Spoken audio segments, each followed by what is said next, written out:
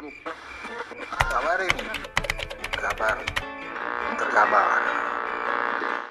Alhamdulillah Bu, saya jarang deh ngelihat Bu Siti ini di podcast-podcast ya Bu. Iya, gimana ya, kerjaannya banyak ya, dan saya sih memang tahu persis bahwa komunikasi publik itu penting, tapi di Kementerian LHK kita berbagi tugas. Jadi saya punya 18 eselon 1 loh, dengan bidang yang sangat beragam. Besar sekali Bu. Memang saya kontrol semua isunya, karena kan harus satu arah vektor ya, kalau nggak repot. Ibu lebih baik di belakang layar. Kerjaannya memang konseptualisasinya harus kuat ya.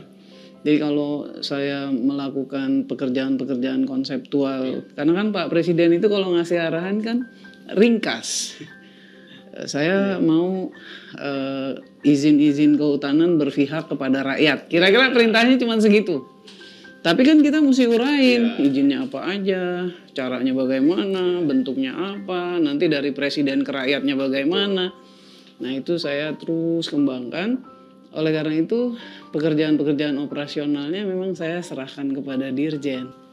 Nah oleh karena itu kita yang mesti waspada, sebab cara-cara pemikiran luar yang dipaksakan kepada psikologi politik publik atau rakyat Indonesia itu yang mesti diwaspadai oleh kita semua. Saya sih nggak apa-apa, tapi berarti kita beradu metode aja gitu. Nah, saya bilang sama dirjen-dirjen yang ikut menangani, oke sekarang mari kita lihat dia pakai ukuran apa, kita pakai ukuran apa. Ketika di kabinet saya melaporkan kepada Bapak Presiden, ini loh Pak situasinya gitu. Jadi saya mengajak menteri-menteri lain untuk mengerti gitu loh.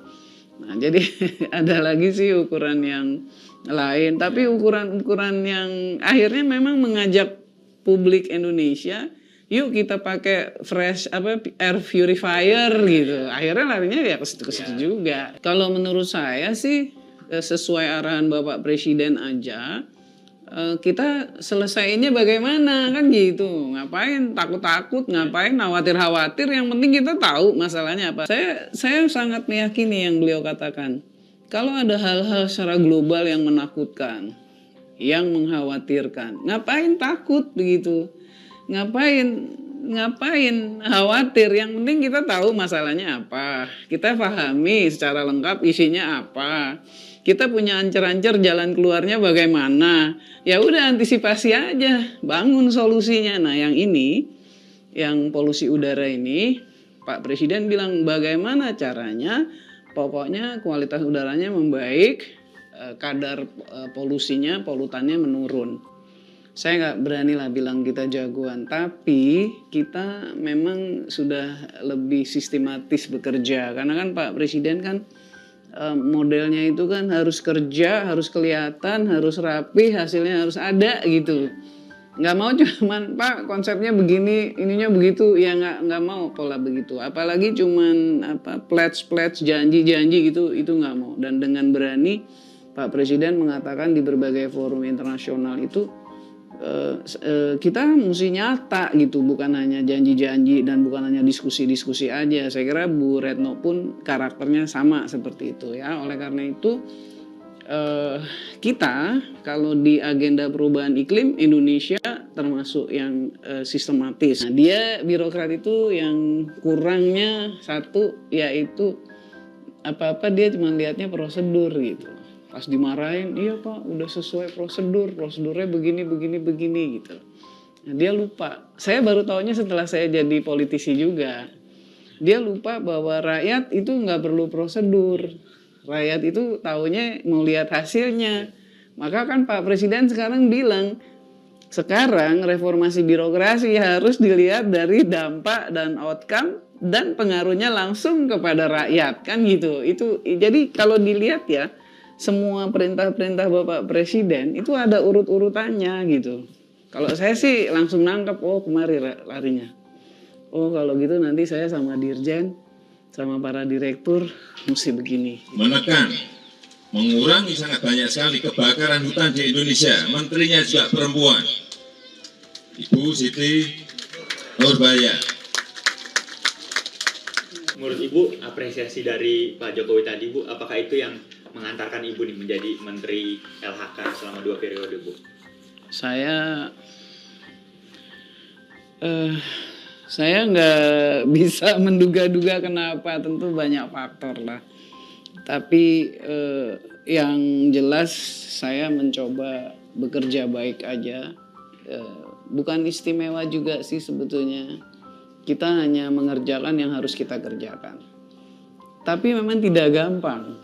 Coba perhatiin, Bapaknya kan selalu ke lapangan.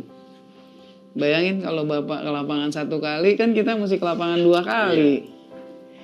Kalau Bapak ke lapangan 2 kali, kita mesti 4 kali. Jadi kita bekerja aja yang kita mesti kerjakan. Tadi Pak Presiden ada menyebutkan soal karhutla. Memang ada 2 prestasi kita yang cukup baik untuk Indonesia di dunia global. Pertama soal karhutla. Karena tahun 2015 waktu kejadian sangat berat dan kebakar 2,6 juta hektar.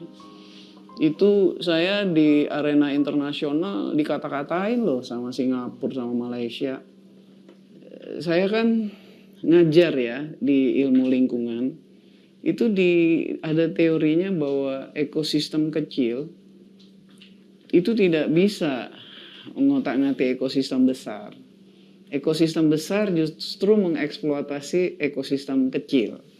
Jadi kalau Singapura ngata-ngatain Indonesia, pada saat itu saya marahnya minta ampun gitu. Tapi di arena internasional itu dia bisa ngata-ngatain Indonesia gitu. Lu kata dia ke orang-orang, apa yang akan terjadi dengan negara kita kalau kita dikirim asap, begitu ngomongnya. Dalam hati saya, awas lo.